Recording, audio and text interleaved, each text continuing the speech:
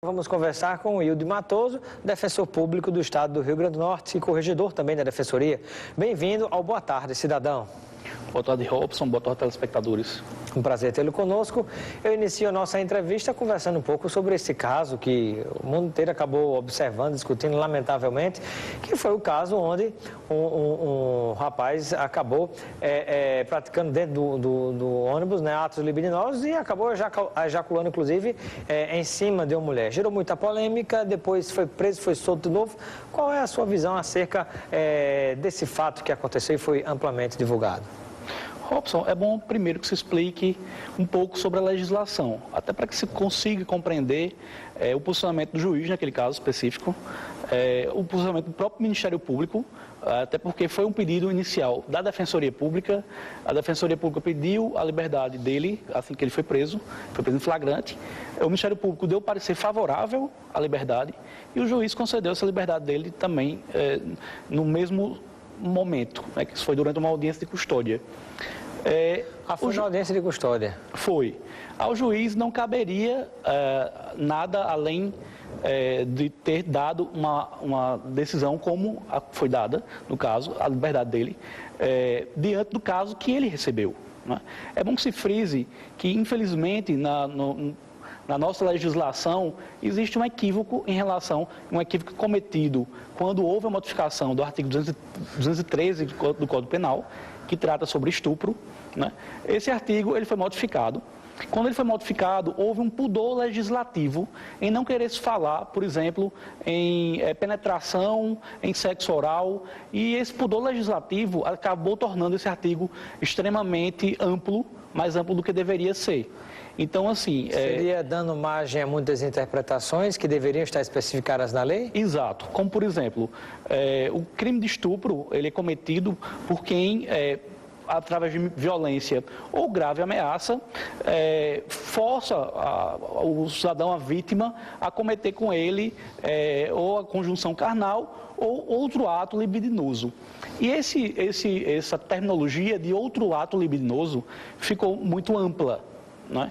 Dá margem a muita interpretação. Dá margem a muita interpretação. Por exemplo, esse próprio crime que foi cometido pelo rapaz lá, ele poderia, de acordo com isso, ser enquadrado como um crime de estupro também? Nesse caso específico também não. Por quê? Porque ele não cometeu nem mediante constrangimento, nem mediante violência. Não é? Há um constrangimento moral, por ela foi surpreendida, na realidade, com a ejaculação. Ele ejaculou no pescoço e ela foi surpreendida com a ejaculação. Né? E por que não houve constrangimento nesse caso? Porque o constrangimento para o Código Penal, o constrangimento quando ele obriga a vítima a fazer alguma coisa ou permitir, ou faz com que a vítima permita com que ela se faça alguma coisa. A vítima não sabia do que estava acontecendo, ela soube quando houve ejaculação e bateu no pescoço dela. Então é algo bem diferente do que é previsto, do que está previsto ali expressamente no artigo.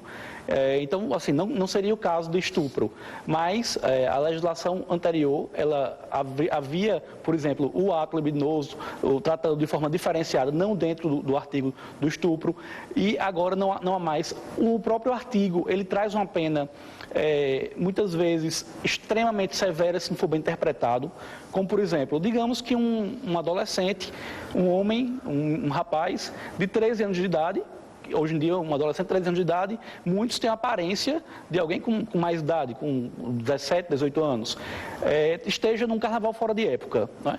E uma menina passe, com 18 anos de idade, recém-completados, ela passe e dê um beijo nele, ou pegue em alguma parte íntima dele, durante o carnaval fora de época. Ela cometeu um crime de estupro e, nesse caso, ainda seria mais grave, dependendo da interpretação, claro.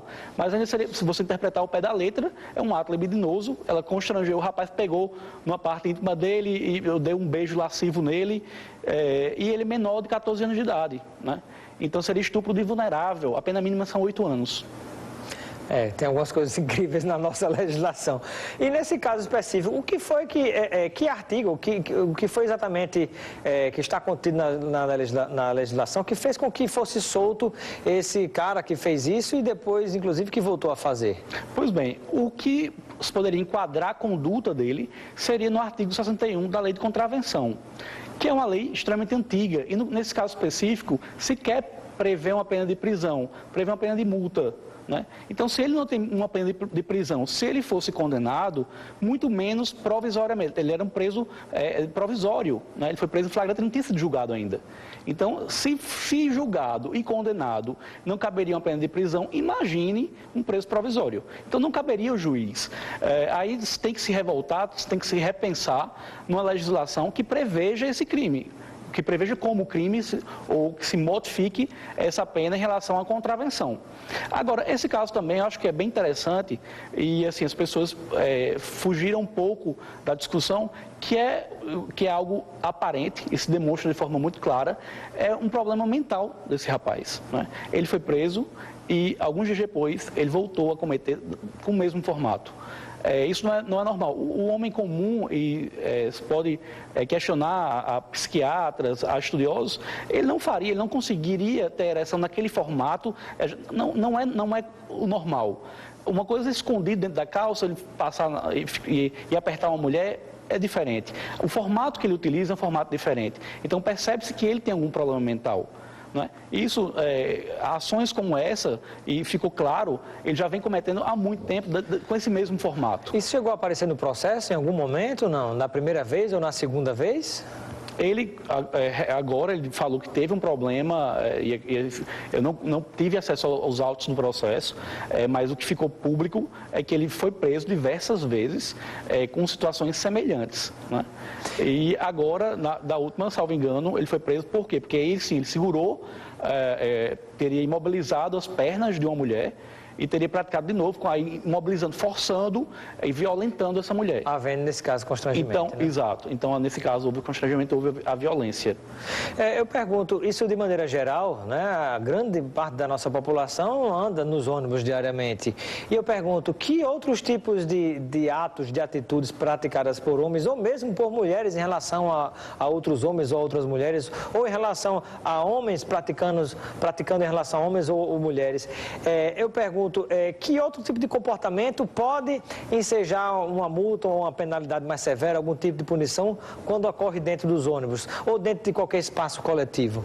É por isso que é bom que se frise que é importante que a legislação ela seja modificada. E é um trabalho do legislador. Aí se deve exigir uma modificação vinda do Congresso Nacional. Essa modificação ela é necessária nesses casos e também se deve fazê-la de forma ponderada. Não é com base num caso em que um deficiente mental, isso ficou muito claro, que é alguém que sofre de um problema mental, ele cometeu um ato isolado. Até porque a legislação ela vai ser aplicada para todos. Então, é muito complicado quando vem através de um clamor social, uma modificação na legislação. Essa modificação não é pensada e ela vem através de um clamor, porque ela comete absurdos e absurdos que no dia a dia nós já vimos algumas vezes. Casos de um rapaz que estava caminhando numa praia e, de acordo com ele, a menina namorava, eles namoravam, tinham um relacionamento, desceram para a praia e ele estava beijando o umbigo dela, o avô passou na parte de cima, viu e denunciou. A menina tinha menos de 13 anos, ele tem 18, ela tem menos de 14 anos, desculpe. E ele foi condenado pelo delito de estupro. Né? Então, assim, é bom que se tenha cuidado. Quando se vai, o legislador ele tem que ter muita sensibilidade em o que é que ele vai colocar ali, porque quem vai aplicar a lei não é ele, quem vai aplicar a lei é o juiz. E o juiz, para interpretar a lei também, tem que ter muito cuidado. Né? Não caberia ao juiz de São Paulo, por exemplo, aplicar um delito de estupro, nesse caso, uma pena de 6 anos, num caso como esse, que não sequer está previsto daquela forma. Muito bem. Bom, tem algumas participações, não dará tempo, como também não vai dar tempo dessa vez a gente falar sobre os novos núcleos da Defensoria Pública. E o assunto realmente foi muito interessante e rendeu bastante. Mas eu quero agradecer o Wilde Matoso Júnior pela sua presença, sua participação no nosso programa Boa Tarde, Cidadão. Seja sempre bem-vindo. Nós que agradecemos, Robson, telespectadores, boa tarde.